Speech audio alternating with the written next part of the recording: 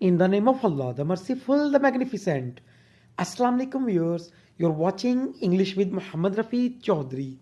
Viewers, first year की English unit number 3, The Echoing Green by William Blake.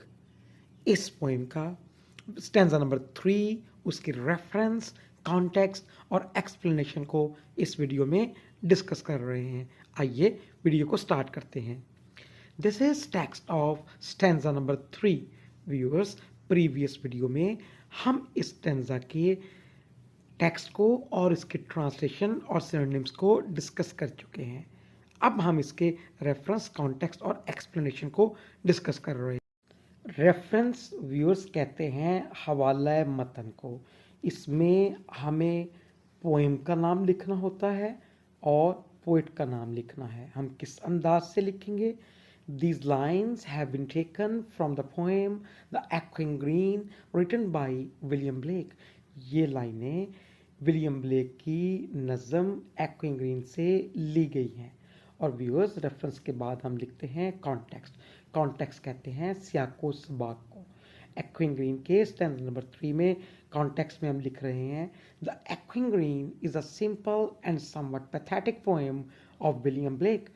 Echoing Green William Blake की सादा और किसी हद तक गमगीन, अफसुर्दा कर देने वाली नज़म है। It presents a sharp and steering comparison.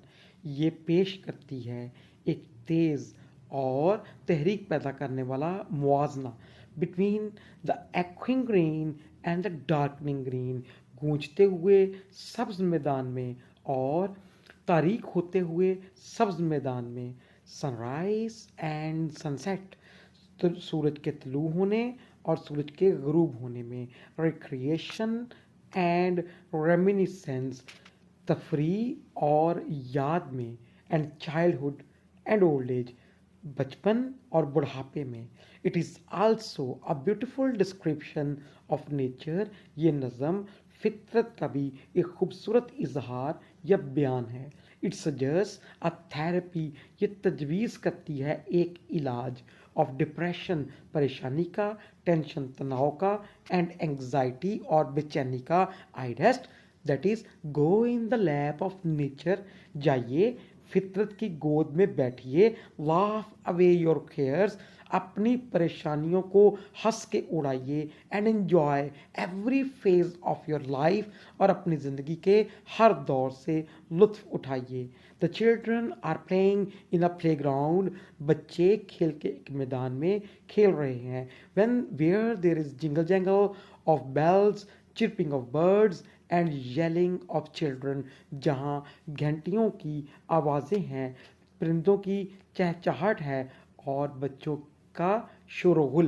The old folk sitting under an oak are remembering their own youth, बूढ़े लोग एक शाहबलूत के दरख्त के नीचे बैठे अपनी जवानी को याद कर रहे हैं। व्यूअर्स, ये कॉन्टेक्स्ट और अब इसकी एक्सप्लेनेशन। इन दीज लाइन्स, इन लाइनों में, इन सत्रों में, the poet describes the scene of sunset. शायर सूरज के गुरूब होने का मंजर बयान करता है। नाउ इट्स इवनिंग, अब शाम का वक्त है। द सन इज सेटिंग, सूरज गुरूब हो रहा है। The children also get tired, बच्चे भी थक जाते हैं। So they no longer want to continue their sports, इसलिए वो मज़ीद अपने खेलों को जारी रखना नहीं चाहते। Just as in the evening the birds go to their nest, जैसे कि शाम को होता है परिंदे अपने घोंसलों को लौट जाते हैं। एंड टेक रेस्ट, और आराम करते हैं। So the children go home, इस तरह बच्चे घर जाते हैं। इन सर्कल देयर मदर्स, अपनी माओ को घेर लेते हैं, उनके इर्द गिर्द इकट्ठे हो जाते हैं। And are ready to take rest, और आराम के लिए तैयार होते हैं। The echoing green suddenly turns into a darkening green, गूंजदार आवाज़ों से भरा हुआ, सरगर्मी से भरा हुआ सब्ज मैदान अचानक तब्दील हो जाता है एक तारीक सब्ज मैदान में। डल एंड ड्रैब, जो कि बेकैफ है और भद्दा दिखता है। Where there is no sunlight, जहाँ सूरज की रोशनी नहीं है। नो रिंगिंग ऑफ बेल्स, घंटियों का शोर नहीं है। नो चिरपिंग ऑफ बर्ड्स, परिंदों की चहचहाट नहीं है। And no sports of children, और बच्चों का कोई खेल नहीं है। This is how ends a happy day into a dead silence and dominant darkness. इस तरह एक अच्छे दिन का इख्तिताम एक मुकम्मल सकूत वाले और गहरे अंधेरे में हो जाता है। व्यूअर्स, यहाँ तक एक्सप्लेनेशन काफ़ी होगी। अगर आप और लिखना चाहते हैं तो इस पैराग्राफ को ऐड कर सकते हैं साथ। Natural imagery is adeptly used by the poet, शायर ने कुदरती इमेजरी को माहिराना अंदाज से इस्तेमाल किया है। The flow of the simple and colloquial words, सादा और आम बोलचाल वाले अल्फाज एंड लैंग्वेज और ज़ुबान इज सो अपीलिंग, इतनी माइल कर देने वाली है। It paints the picture of the whole scenario on the canvas of our mind, ये हमारे जहन पर सारे मंजर को बना देती है, पेंट कर देती है।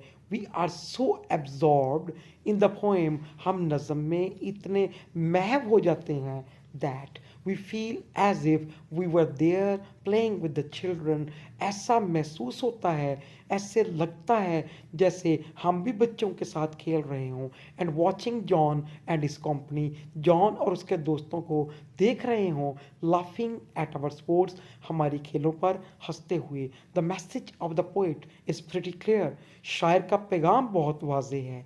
He wants to convey the idea that the sun that arises, वो ये पैगाम देना चाहता है कि जो सूरज तुलू होता है, अ टाइम कम्स, एक वक्त आता है, when it goes down even without leaving its trails, जब एक वक्त आता है कि वो सूरज अपने निशान तक छोड़े बगैर गरूब हो जाता है। व्यूअर्स, यहाँ तक इसकी एक्सप्लेनेशन काफ़ी होगी 5 मार्क्स के क्वेश्चन में। व्यूअर्स, ये 2 और पैराग्राफ्स हैं, अगर आप इसकी एक्सप्लेनेशन बढ़ाना चाहें तो इनमें से कोई एक पैराग्राफ या दोनों आप ऐड कर सकते हैं। लेकिन व्यूअर्स, फिर आपको वहाँ टाइम को मैनेज करना थोड़ा डिफ़िकल्ट हो जाएगा, इसलिए मैंने ज़्यादा लिखा। आप अपनी चॉइस के मुताबिक इसको कम कर सकते हैं। This is all from my side. Video अच्छी लगे लाइक करें, ऐसी वीडियोज़ देखने के लिए चैनल को सब्सक्राइब करें, बेल आइकन को ऑन करें। अल्लाह हाफिज़।